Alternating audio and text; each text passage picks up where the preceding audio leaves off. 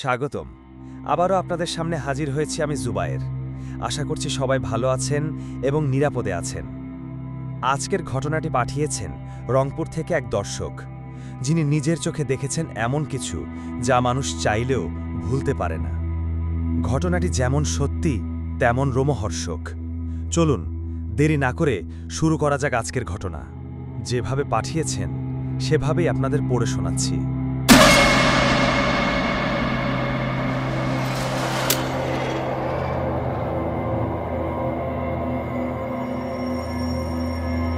আসসালামু আলাইকুম জুবায়ের ভাই, কেমন আছেন? আশা করি আপনি ভালো আছেন এবং সবসময় ভালোর দলে থাকেন। আমি যে ঘটনাটি লিখে পাঠিয়েছি তাতে যদি কোনো ভুল ত্রুটি থাকে দয়া করে ক্ষমার দৃষ্টিতে দেখবেন। গ্রামের নাম বসুন্ধরাপুর। নামটা যতটা শান্তশিষ্ট, ভেতরের ইতিহাস ততটাই ভয়ানক। গ্রামের এক প্রান্তে আছে একটা পুরনো শ্মশান। সেটার নাম কেউ মুখে আনে না, কারণ ২০ বছর আগে থেকে ওই শ্মশানে মৃতদেহ দাহ করা বন্ধ করে দিয়েছে লোকজন। কিন্তু কেন? কারণ শোনা যায় ওই শ্মশানের এক কোনায় দাঁড়িয়ে আছে এক বিশাল তেঁতুল গাছ। মোটা কাণ্ড, মাটিতে ঝুলে পড়া শেকড়, যেন শতবর্ষ পুরনো। লোকেরা বলে ওই গাছটা বাঁচা মানুষের আত্মা খায়। দিনে গাছটা দেখতে সাধারণ, কিন্তু সন্ধে নামলেই বদলে যায় সবকিছু। পাখি ডাকে না, বাতাস থেমে যায়, কুকুরের ডাকে অজানা আতঙ্ক ঢুকে পড়ে শরীরে। আর রাতে কান্না, এক মেয়ের গলা কাঁদে অনেক ধীরে, একেবারে গাছটার গোড়ায়। কেউ জানে না কে কাঁদে, কিন্তু সবাই জানে যদি সেই কান্নার উৎস খুঁজতে যাও তুই আর ফিরে আসবি না। সেই রাতে রফিক আর ইমরান, দুই বন্ধু, বয়স ২৫-এর আশেপাশে, দুজনেই বাইকে করে ফিরছিল পাশের গ্রাম হাটুরিয়া থেকে এক আত্মীয়র বিয়ের দাওয়াত খেয়ে। রাত তখন প্রায় ১২টা।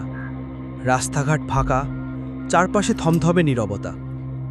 রফিক বলল, এই রাস্তায় গেলে ১০ কিলোমিটার কম পড়বে, তাড়াতাড়ি পৌঁছাবি। ইমরান হাসল, শ্মশানের রাস্তা?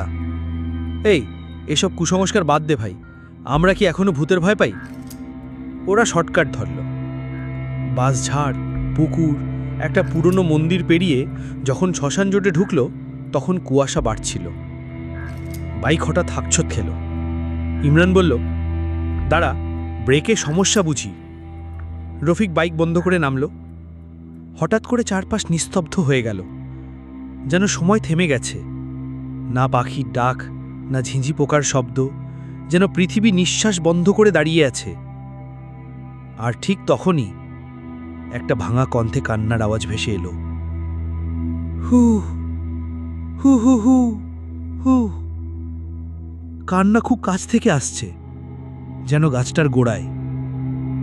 রফিক অবাক, মাথা নিচু করে বলল, তুই শুনছিস? ইমরান কাপা গলায় বলল, এটা তো মেয়ে কাঁদছে। রফিক বলল, চল বাইক নিয়ে পালাই, এটা সেই তেঁতুল গাছ না? কিন্তু ইমরান দাঁড়িয়ে রইল, তার চোখ টর্চের আলোয় গাছটার গোড়ার দিকে স্থির।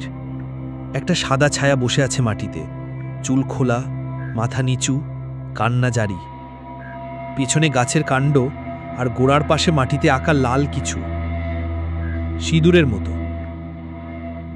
এই ইমরান, ওদিকে যাস না! রফিক চিৎকার করল। কিন্তু ইমরান এগিয়ে যেতে লাগলো ধীরে ধীরে, যেন কারুর ডাকে মন্ত্রমুগ্ধ হয়ে হাঁটছে। রফিক দৌড়ে টেনে আনতে গেল। হঠাৎ টর্চটা নিভে গেল, আর যখন আবার আলো জ্বালাতে পারল, ইমরান গায়েব। চিৎকার, ডাকাডাকি, কোনো উত্তর নেই। গাছটার নিচে পড়ে আছে শুধু ইমরানের একটা চটি, তার পাশে রক্তমাখা মাটি, যেন কেউ হেঁচড়ে টেনে নিয়েছে মাটির ভেতরে। রফিক দৌড়ে পালালো, একবারও পেছনে ফিরে না তাকিয়ে। পরদিন রফিক মানসিকভাবে ভেঙে পড়ে। গ্রামের সবাই জড়ো হয়, কেউ কিছু বলতে চায় না, কিন্তু মুখে মুখে ছড়িয়ে পড়ে, ওই গাছটার নিচে যে যায় আর ফিরে আসে না।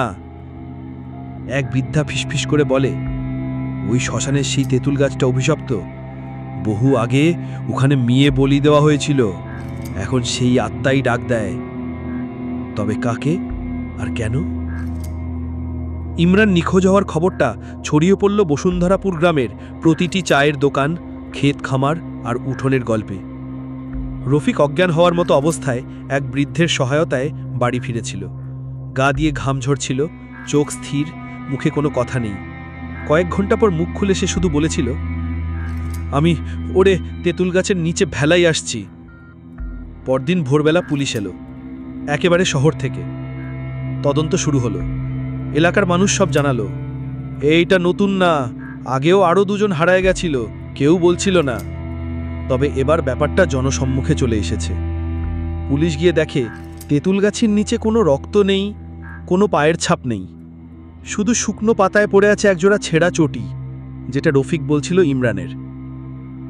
পুলিশ একজন কনস্টেবলকে বলল গাছের কাছাকাছি গিয়ে দেখার জন্য। সে 3 কদম এগোতেই তার হাঁটু কাঁপতে শুরু করল। সে বলল, স্যার, হঠাৎ মাথা ঘুরতেছে, কুয়াশার ভেতর কেউ যেন তাকিয়ে আছে। তাকে সঙ্গে সঙ্গে ফিরিয়ে আনা হয়। সেই রাতে রফিকের ঘরে তখন এক আতঙ্কময় স্তব্ধতা। সে খায় না, ঘুমায় না, শুধু এক কোণায় বসে থাকে। রাতে হঠাৎ তার জানালায় টক টক টক শব্দ।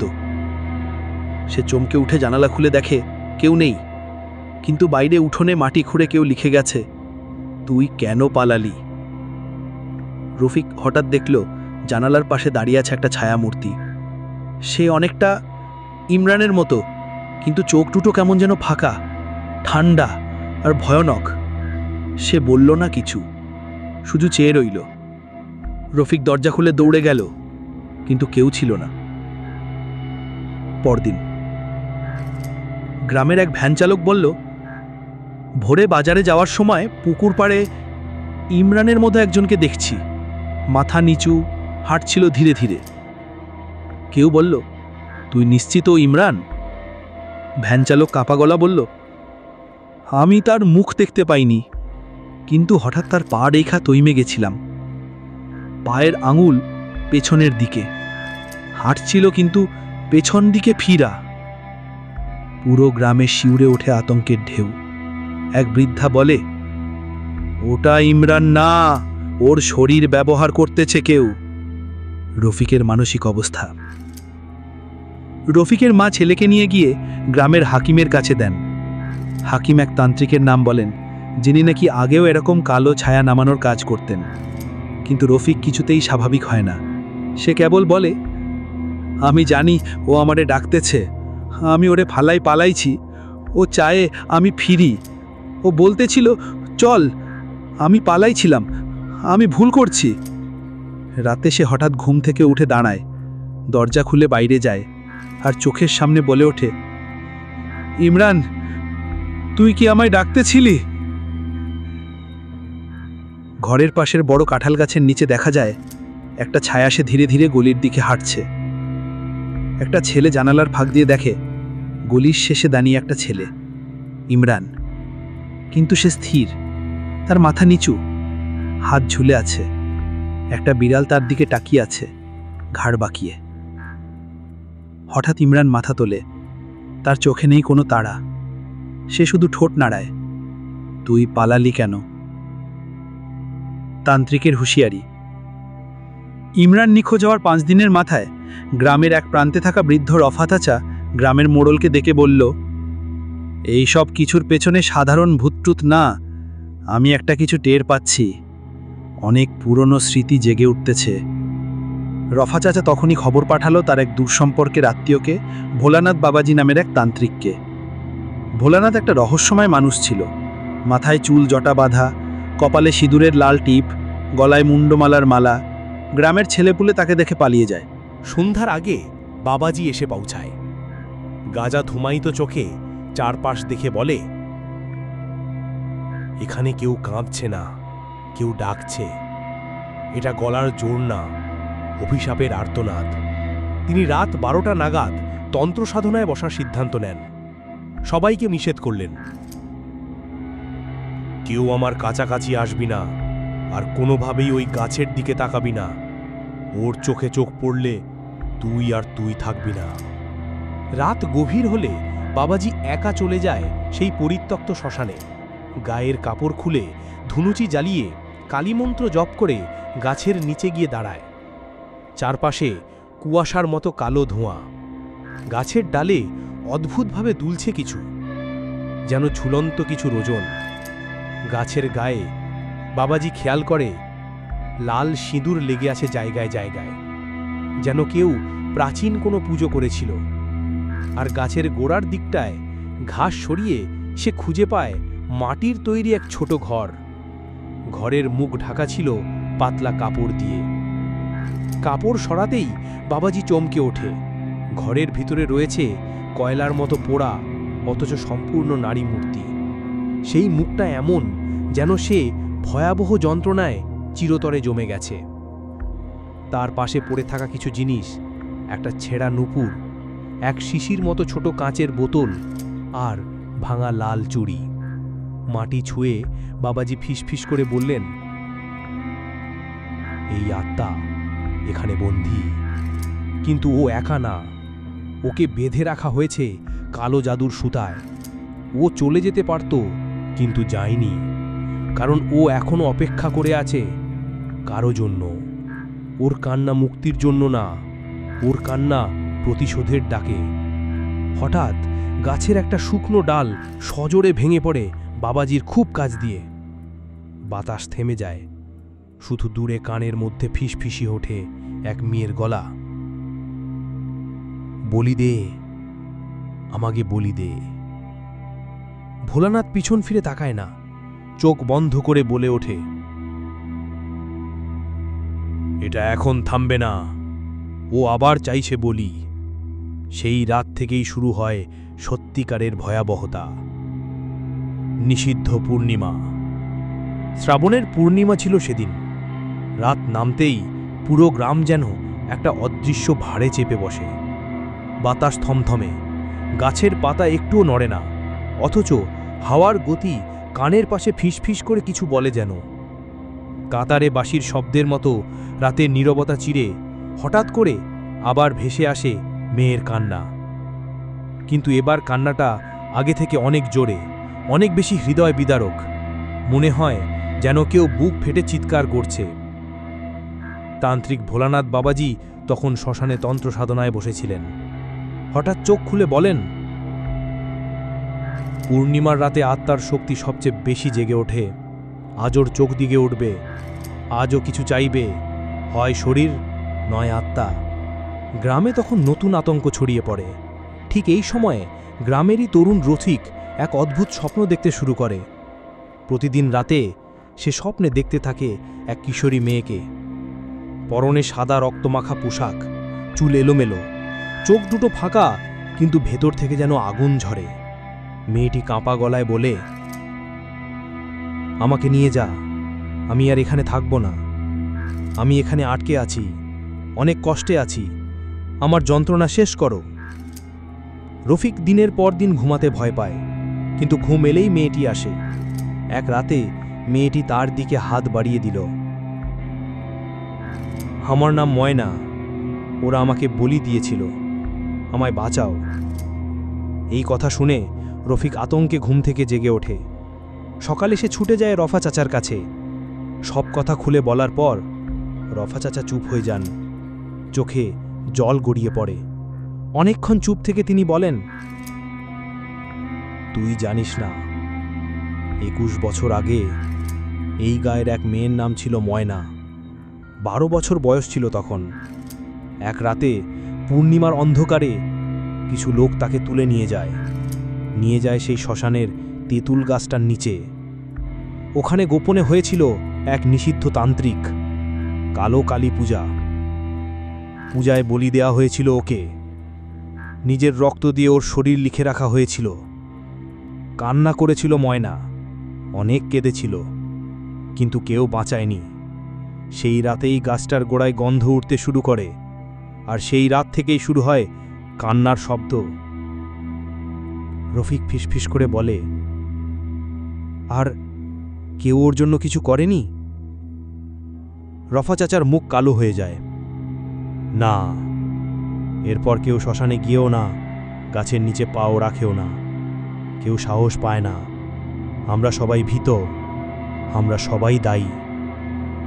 তন্ত্রিক ভোলানাথ বাবাজি তখন বলে ওঠেন, আত্মাটা এখানে বন্দী, কারণ বলির রক্তে শক্তি পায় তন্ত্র। কিন্তু বলির পরে যদি পুনঃবলির আয়োজন না হয়, আত্মা এখানে আটকে পড়ে রাগ, ভয় আর প্রতিশোধ নিয়ে। আজ 21 বছর, সেই সময় পেরিয়ে আবার পূর্ণ বলি চাইছে ও। না হলে। তিনি থেমে যান, কিন্তু তার চোখে ভয় ছিল না, বরং ছিল এক অজানা ইঙ্গিত। গ্রামবাসীদের ভেতর তখন গুঞ্জন ছড়ায়, আবার কি বলি লাগবে ওকে শান্ত করতে? কেউ কেউ বলে, যদি বলি না দেওয়া হয় তবে এবারও নিজেই বেছে নেবে তার বলি। সেই রাতেই গ্রামের শেষ প্রান্তের মধু ঘোষের ছেলে নিখোঁজ হয়ে যায়, আর তেঁতুল গাছটার নিচে দেখা যায় এক জোড়া ভেজা রক্তমাখা চুড়ি পড়ে আছে বাঁশ ভাড়ের নিচে। সেই রাতে পূর্ণিমার ভয়ঙ্কর ঘটনার পর রফিক আর তান্ত্রিক ভোলানাথ আর দেরি করেনি। তারা সিদ্ধান্ত নেয় সত্যিটা জানতেই হবে। ময়নার আত্মা যেভাবে ছটফট করছে তাতে গ্রামকে আর বেশি দিন রক্ষা করা যাবে না। তাদের গন্তব্য গ্রামের পুরনো বাঁশভাড়। বহু বছর ধরে সেই বাঁশভাড়ে কেউ পা রাখে না। গ্রামের ভাষায় বলে, ওইখানে সময় থেমে থাকে, বাতাসও শব্দ করে না। রাত তখন প্রায় গভীর। রফিক আর তন্ত্রিক হাতে মাটির প্রদীপ আর ত্রিশূল নিয়ে ঢোকে সেই জঙ্গলে ঘেরা বাঁশভাড়ে। চারপাশ এত নীরব যে নিজের নিঃশ্বাসের শব্দ কর্কশ লাগে। হঠাৎ এক বাঁশ কাঁপে, পাতা পড়ে, বাতাস শো শো শব্দে কানের কাছে ফিসফিস করে ওঠে। তন্ত্রিক ভোলানাথ মন্ত্র জপতে জপতে হঠাৎ থেমে যান।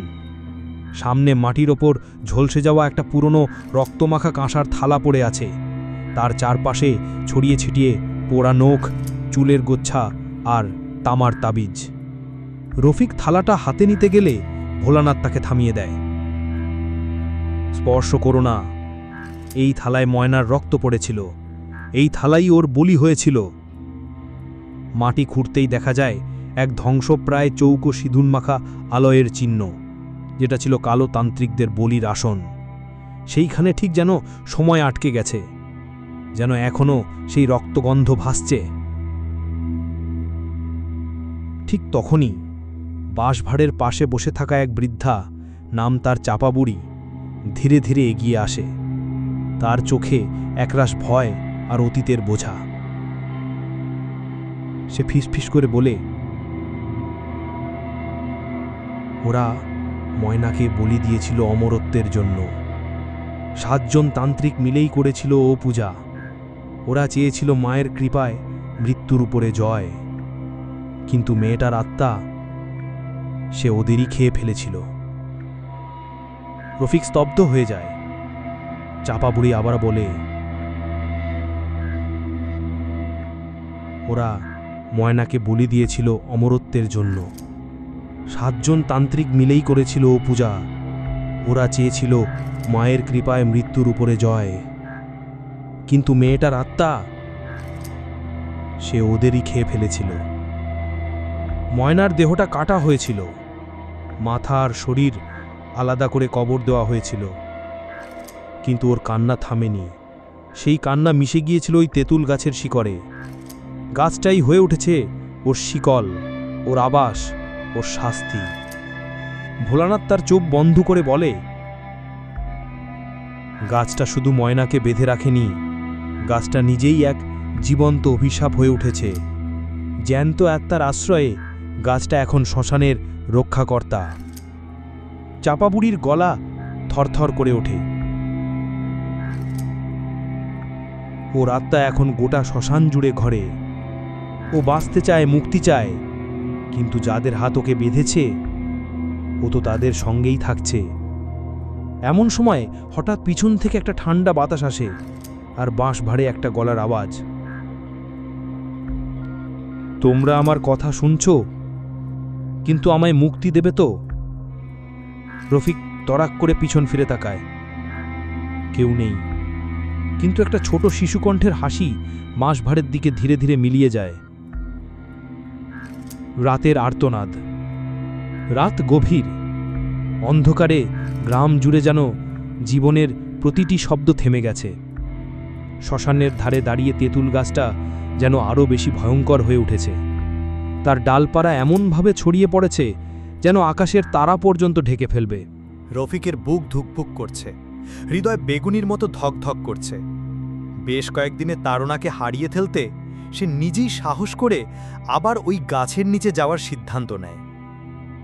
তার হাতে ছিল একটা পুরনো টর্চ আর এক বন্দুক কাঁধে ঝুলছিল। জমিনের উপর ধুলো জমে আছে, কিন্তু সে টর্চের আলো গাছের গোড়ার দিকে পড়ে যেন মাটি থেকে কিছু বেরিয়ে আসছে। রফিকের চোখ বড় হয়ে গেল। মাটির ফাঁক থেকে বেরিয়ে আসছে একটা হাত, না হাত নয়, একজোড়া হাড়। হাড়গুলো সাদা এবং ঠান্ডা, যেন কয়েক বছর থেকে মৃত অবস্থায় রয়েছে। হঠাৎ একটা কাঁদো কাঁদো গলার আওয়াজ শোনা গেল, আমি বাঁচতে চাই, আমাকে বের করো। রফিকের হাত কাঁপতে লাগলো, কিন্তু সে সামলে নিজের সাহস জোগাল। কে তুমি? কোথার থেকে আসছো? সে ফিসফিস করে বলল। হাড়ের হাত ধীরে ধীরে সামনে এলো। ঠিক তখনই বাতি নিভে এল। সব অন্ধকারে নিমজ্জিত হয়ে গেল চারপাশ। রফিক পিছু হটতে গিয়ে মাটিতে পড়ে গেল। তার চোখের সামনে হঠাৎ ধোঁয়ার মতো কিছু ভেসে উঠল। একটি মেয়ে, পরনে সাদা জামা, মাথায় ভেজা চুল, মুখ ঢাকা ছিল মেঘলা অন্ধকারে। তার চোখ নেই, শুধু খালি গর্ত, আর ঠোঁটে ধীরে ধীরে ফিসফিস করে বলল, তুই চাস আমার মুক্তি, তাহলে তুই হবি বলি। রফিক নিজের শরীর কাঁপাতে লাগল। সে বুঝল এই মেয়েটি আর কোনো সাধারণ আত্মা নয়। এই আত্মা ছিল সেই ময়না, সেই ছোট্ট মেয়ে যাকে বলি দেওয়া হয়েছিল সেই কুখ্যাত কুজায়। মেয়েটি ধীরে ধীরে কাছে এলো। তার হাতের নখগুলো ছিল স্ফটিকের মতো ধারালো, যেন স্পর্শ করলেই রক্ত ঝরবে। সে আবার বলল, বলিস, কি বলি দিবি? প্রাণ, রক্ত অথবা আত্মা? আমার মুক্তির জন্যে বলি দরকার। রফিক পিছিয়ে গেল, কিন্তু মেয়েটির ঠান্ডা নিঃশ্বাস তার গলায় লেগে গিয়েছিল। তার চোখ দিয়ে যেন অশ্রু ঝরছে, অথচ সে অদ্ভুতভাবে একটাই কথা বারবার বলে চলেছে, আমায় মুক্তি দাও, আমায় মুক্তি দাও। রফিক তার জিহ্বা কামড়ে নিজের ভয়ে আরেকবার সাহস জোগালো। সে জানত একমাত্র উপায় হলো এই আত্মার মুক্তি পাওয়ার জন্য প্রয়োজন বলি দেওয়া। কিন্তু বলি দেওয়ার মানে সে নিজেই হারিয়ে যাবে। মেয়েটির গলা আরও জোরালো হলো, তুই না দিলি বলি, আমি তোর গাঁ জমাট কান্না বানিয়ে ফেলবো। তোর পরিবার, তোর গ্রাম, কেউ বাঁচবে না। রফিকের চোখে জল এসে গেল। সে বুঝল একপাশে দাঁড়িয়ে থাকা তান্ত্রিকের কথাই সত্যি। এই আত্মা মুক্তি পাবে না, ছাড়া সারা গ্রামই শ্মশানের মতো হয়ে যাবে। হঠাৎই বাটি আবার জ্বলে উঠল। রফিক উঠে দাঁড়িয়ে এক টুকরো আলোয় দেখে মেয়েটির মুখ অন্ধকারে মিশে গেল। তার মনে হলো এই ভয়ঙ্কর আর্তনাদের মাঝেই শুরু হচ্ছে তার যাত্রা, আত্মাকে মুক্ত করার জন্য একটি বিপজ্জনক যুদ্ধ। বলি চাই, বলি। রাত পেরিয়ে সকাল হয়নি, কিন্তু চারপাশে কুয়াশার মতো একটা অদ্ভুত থমথমে পরিবেশ জমে আছে। রফিক ছুটে আসে গ্রামে, সোজা তান্ত্রিকের কাছে। তান্ত্রিক তখন এক পুরনো লাল চাদর গায়ে জড়িয়ে বসে আছে আগুনের ধারে, চোখে যেন 100 বছরের ক্লান্তি। রফিক হাঁপাতে হাঁপাতে বলে, ওই মেয়েটা আবার এসেছিল। সে বলেছে ওকে মুক্তি দিতে হলে আমাকে বলি হতে হবে। তান্ত্রিক চুপচাপ শুনে যায়, তারপর গভীর গলায় বলে, এতদিন যা বলেছি তুই বুঝলি এখন? তেঁতুল গাছটা আর ময়নার আত্মা এখন এক।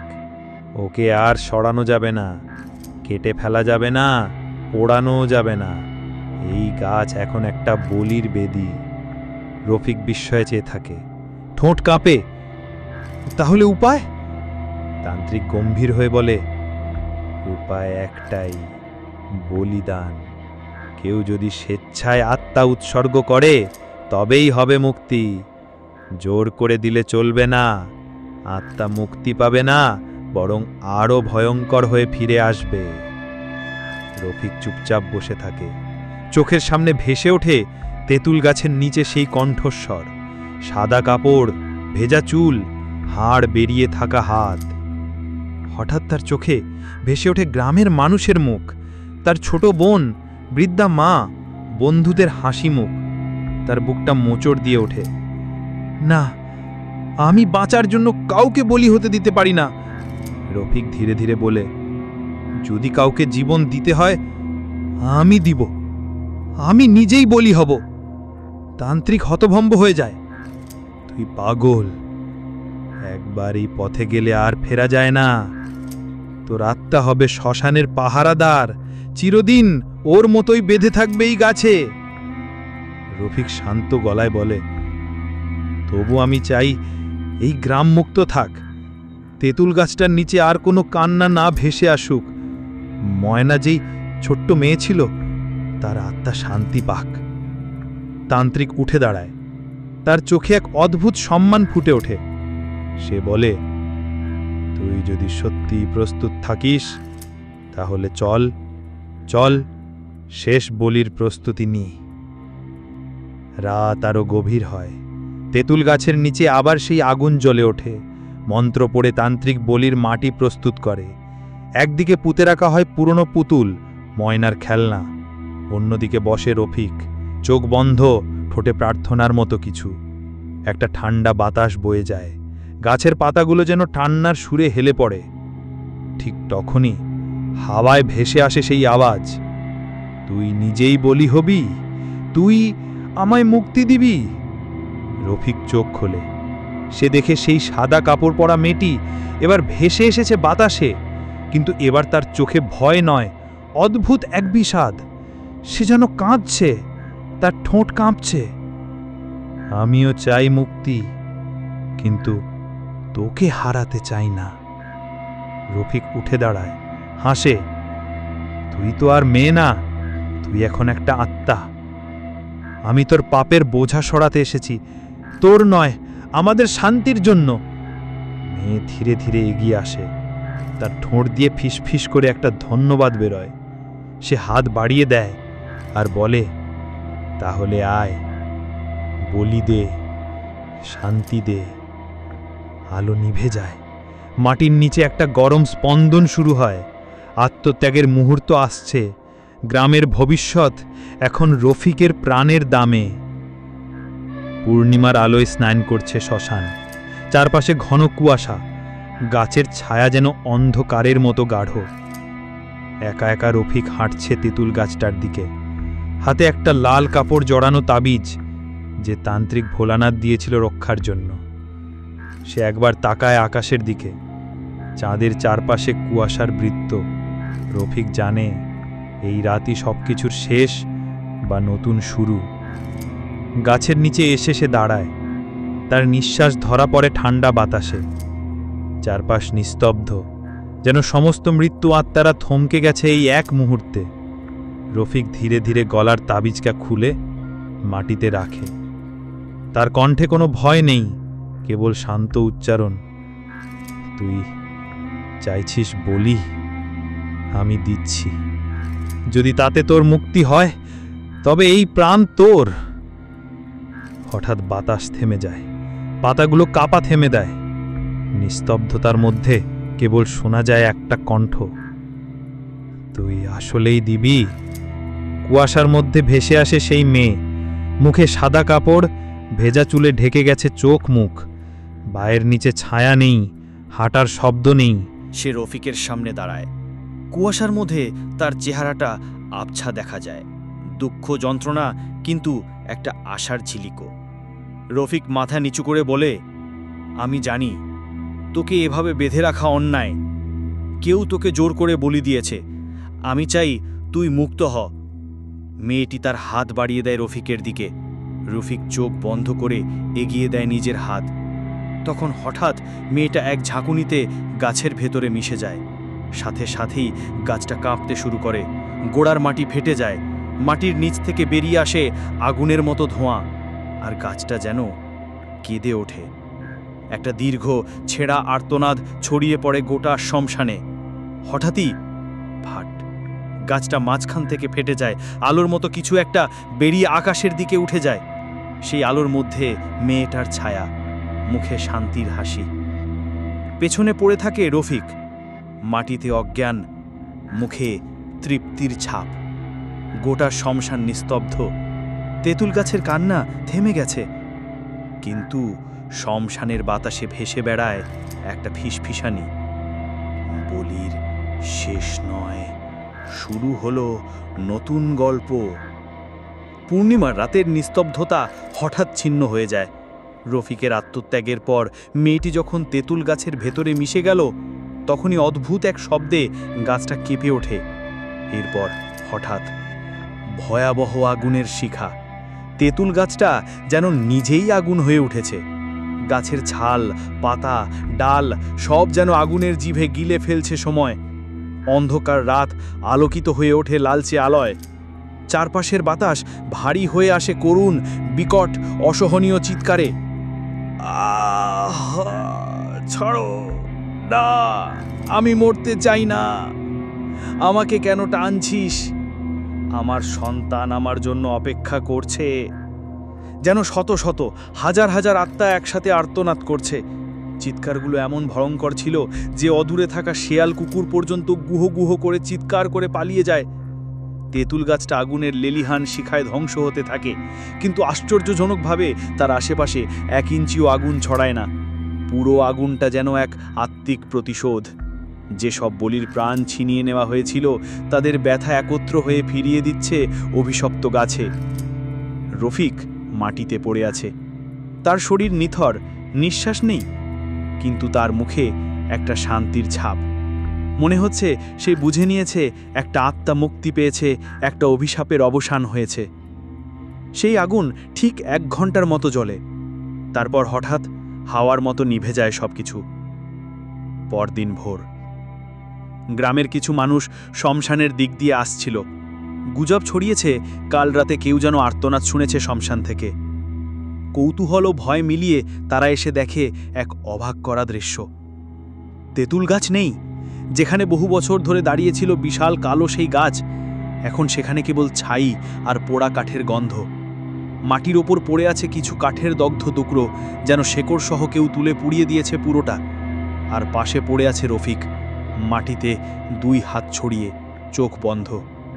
প্রথমে সবাই ভাবে সে মারা গেছে, কিন্তু এক বৃদ্ধ ছুঁয়ে দেখে তার শরীর ঠান্ডা নয়, বরং নিঃশ্বাস আছে, হৃৎস্পন্দন ধীর। আর আশ্চর্যের ব্যাপার, এত ভয়াবহ আগুন, শ্মশানের মধ্যেখানে অজ্ঞান অবস্থায় পড়ে থাকার পরেও রফিকের শরীরে একটা আঁচড়ও নেই, একটা কাঁটাও লাগেনি, এক ফোঁটা রক্ত নেই। মানুষজন চমকে যায়, ভয় পায়, আবার বিস্মিত হয়। কারোর মুখে ধীরে ধীরে কথা ছড়াতে থাকে, রফিক নিশ্চয়ই কিছু করেছে।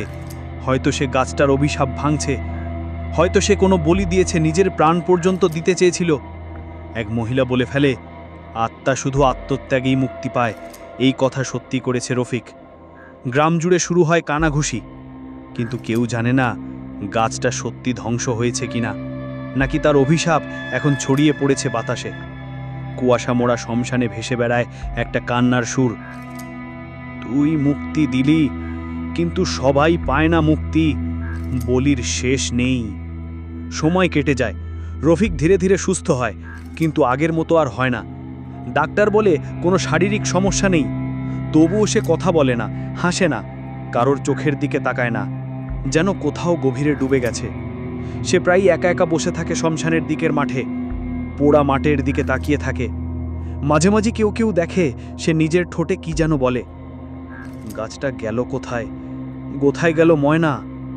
তার চেহারায় এখন ভয় নেই, শুধু একরকমের গভীর শূন্যতা। তেঁতুল গাছের জায়গায় কেউ কিছু লাগাতে পারে না। কেউ ফুল গাছ লাগাতে চায় মাটি খোঁড়ে, কিন্তু পরদিন দেখা যায় গাছটা শুকিয়ে গেছে।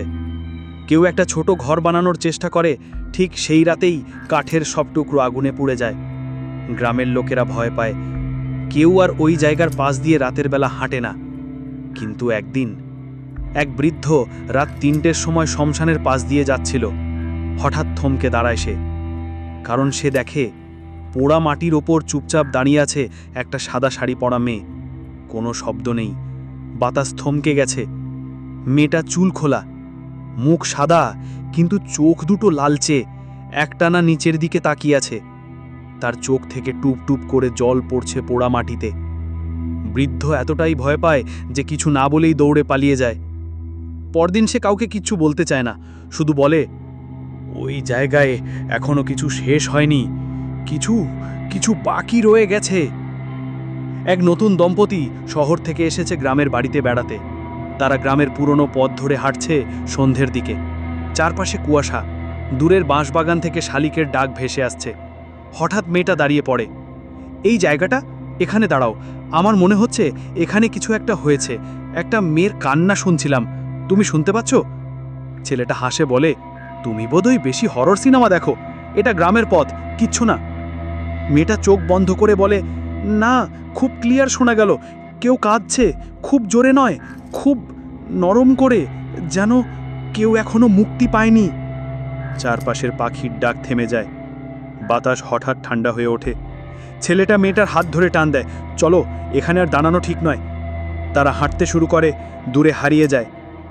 আর তখন ক্যামেরা ধীরে ধীরে ঘুরে আসে সেই পোড়া মাটির দিকে। আর এক কোণে দেখা যায় একটা সাদা পোশাকের মেয়ে চুপচাপ দাঁড়িয়ে আছে, তার চোখে জল। সে শুধু ফিসফিস করে বলে, আমার মুক্তি হয়নি। এই বলে তিনি তার ঘটনা শেষ করলেন। ঘটনাটি যদি ভালো লেগে থাকে তাহলে কমেন্টে জানাবেন। আজকের মতো বিদায় নিলাম, আল্লাহ হাফেজ।